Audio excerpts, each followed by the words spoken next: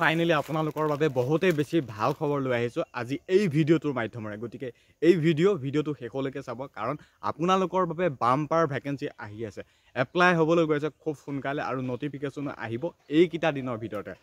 SSC GDত 50,000তকৈ অধিক vacancy আহিব, apply হ'ব খুব সোনকালে, নটিফিকেশ্যনো আহিব। আৰু লগতে আছাম পুলিচৰো 4,000তকৈ অধিক ভেকেঞ্চি আহিব, লগতে আমাৰ অগ্নিবীৰৰো বহু সংখ্যক ভেকেঞ্চি আহিব। আৰু এনেকুৱা এটা ভাল খবৰ লৈ আহিছোঁ, আৰু সেই ভাল খবৰটো জানিবলৈ হ'লে আপোনালোকে চাব লাগিব এই ভিডিঅ'টোৰ শেষলৈ। গতিকে এই ভিডিঅ' শেষলৈকে চাওক, আপোনালোকে গোটেইখিনি খবৰ গম পাই লওক আচলতে ভাল খবৰটোনো কি। ডিচেম্বৰ মাহৰ পৰা বহু সংখ্যক এনেকুৱা পদৰ এপ্লাই হ'ব, য'ত নেকি আমাৰ অসম পুলিচৰ কথা জানে 4,000তকৈ অধিক পোষ্ট আহিব, য'ত নেকি সেই পোষ্টত 10 পাছ কৰিয়ে এপ্লাই কৰিব পাৰি। আৰু লগতে SSC GDত 50,000তকৈ অধিক পদৰ এপ্লাই হ'ব, সেইখিনি পদতো 10 পাছ কৰিয়ে এপ্লাই কৰিব পাৰি। বহুতে বেছি ভাল খবৰ। আৰু এনেকুৱা কিছুমান কেণ্ডিডেট আছে ফিজিকেলত ভাল, ৰিটেনত বেয়া, ফিজিকেলত বেয়া। অসম পুলিচে হওক বা SSC GDয়ে হওক, সকলোতে ৰিটেনো আছে, ফিজিকেলো আছে।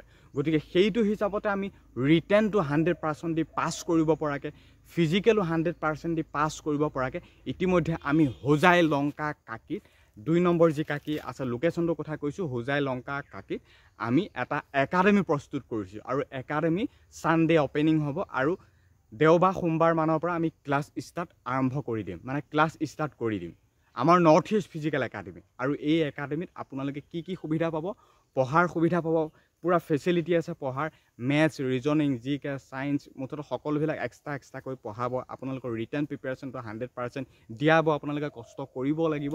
আপোনালোকৰ বাবে একাডেমিটোতো আপোনালোকৰ বাবেইতো বনাইছোঁ, গতিকে আপোনালোকে এই একাডেমিত যোগদান কৰক খুব সোনকালে। আৰু ইতিমধ্যে বহুত কেণ্ডিডেটে ৰেজিষ্ট্ৰেশ্যনো কৰিছে, ইতিমধ্যে আহিছোঁ, মেল ফিমেল বহুতে ৰেজিষ্ট্ৰেশ্যন কৰিছে এই নম্বৰটোৰ জৰিয়তে।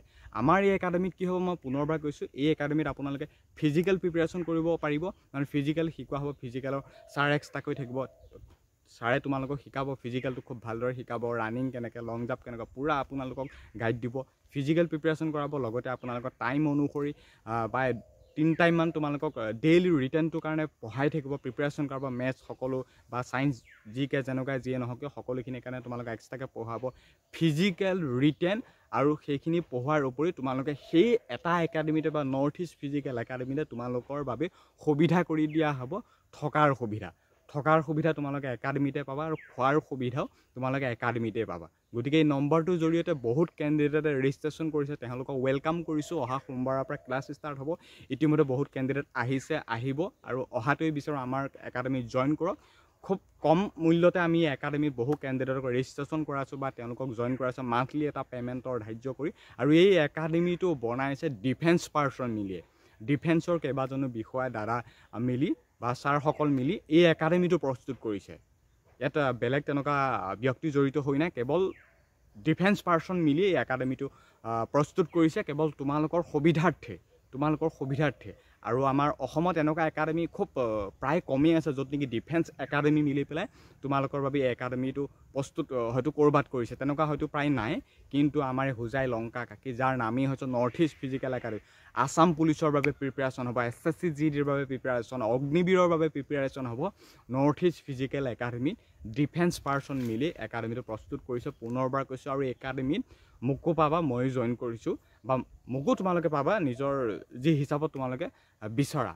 বাৰু বিশেষ এতিয়া একো নকওঁ, ভাল খবৰ এইটোৱে যে আমাৰ ডিচেম্বৰ মাহতে আমাৰ নতুন ভেকেঞ্চি এপ্লাই হ'ব, বহু সংখ্যক এনেকুৱা পদৰ, অসম পুলিচৰ হওক বা SSC GD হওক বা অগ্নিবীৰ হওক, যিয়েই নহওক কিয় আমি ফাৰ্ষ্ট বেটছৰ কাৰণে 3 মহীয়া এই কোৰ্চটো আৰম্ভ কৰিছোঁ, ফিজিকেল লগতে ৰিটেন।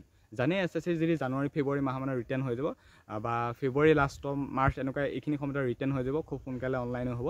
গতিকে ৰিটেনটো 100% দিয়া, জানা নিগেটিভ আছে, বহুত কষ্ট কৰিব লাগিব SSC GDত, ঘৰত পঢ়ি এনেই টাইম ৱেষ্ট কৰি নোৱাৰিবা। গতিকে একাডেমিত তোমালোকে ৰেজিষ্ট্ৰেশ্যন কৰা, খুব ভাল মনোযোগ দি তোমালোকে গোটেই কথাখিনি শিকিব পাৰিবা, পঢ়িব পাৰিবা, খুব ধুনীয়াকৈ তোমালোকৰ ছাৰসকলে বুজাই দিব। নিজৰ কিবা দুৰ্বলতা আছে বোলে মই মেথছ নোৱাৰোঁ, তোমালোকে মেথছ শিকাই দিব। খুব ধুনীয়াকৈ আমি একাডেমিটো আয়োজন কৰিছোঁ কেৱল তোমালোকৰ বাবে। গতিকে তোমালোকে পলম নকৰিবা, আমাৰ এই নৰ্থ ইষ্ট ফিজিকেল একাডেমি, মই পুনৰবাৰ কৈছোঁ, ডিফেন্স পাৰ্চন মিলে যিহেতু একাডেমিটো বনাইছে, কেৱল তোমালোকৰ সুবিধাৰ্থে।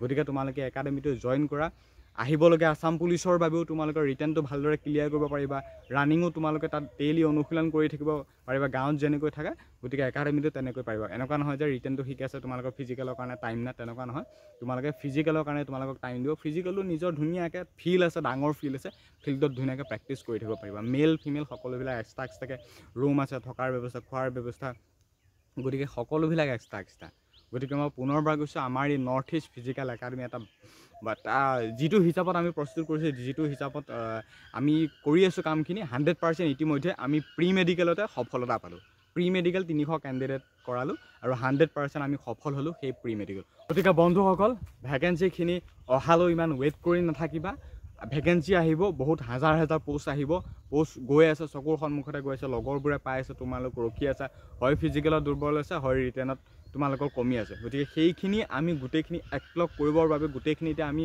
কোৱালিফাই কৰিব পৰাকৈ আমি সেই একাডেমিটো প্ৰস্তুত কৰিছোঁ গতিকে একাডেমিলৈ আহা ৱেলকাম কৰিছোঁ 3 মহীয়া এটা কোৰ্চ আৰম্ভ কৰিবলৈ গৈ আছোঁ তোমালোকৰ বাবে তোমালোকৰ সুবিধাৰ্থে মাত্ৰ 3 মাহৰ বাবে তোমালোকে এই একাডেমিত যোগদান কৰা আৰু এই 3 মাহ কমপ্লিট হৈ যোৱাৰ পিছত আকৌ ছেকেণ্ড বেটছ আমি আকৌ ষ্টাৰ্ট কৰিম গতিকে চিন্তা কিয় দেৰি কিহৰ একাডেমিলৈ আহা যোগদান কৰা আৰু নিজৰ ভৱিষ্যত সুৰক্ষিত কৰা হাজাৰ ভেকেঞ্চি আহি আছে গৈ আছে কি আসাম পুলিচ কি এডিআৰই কি অগ্নিবীৰ কি SSCD চকুৰ সন্মুখতে দেখি আছা গতিকে নিজৰ ভুলবোৰ দূৰ কৰা নিজৰ ভুলসমূহ শুধৰণি কৰা একাডেমি যোগদান কৰা আৰু নিজৰ ভৱিষ্যতটো সুৰক্ষিত কৰা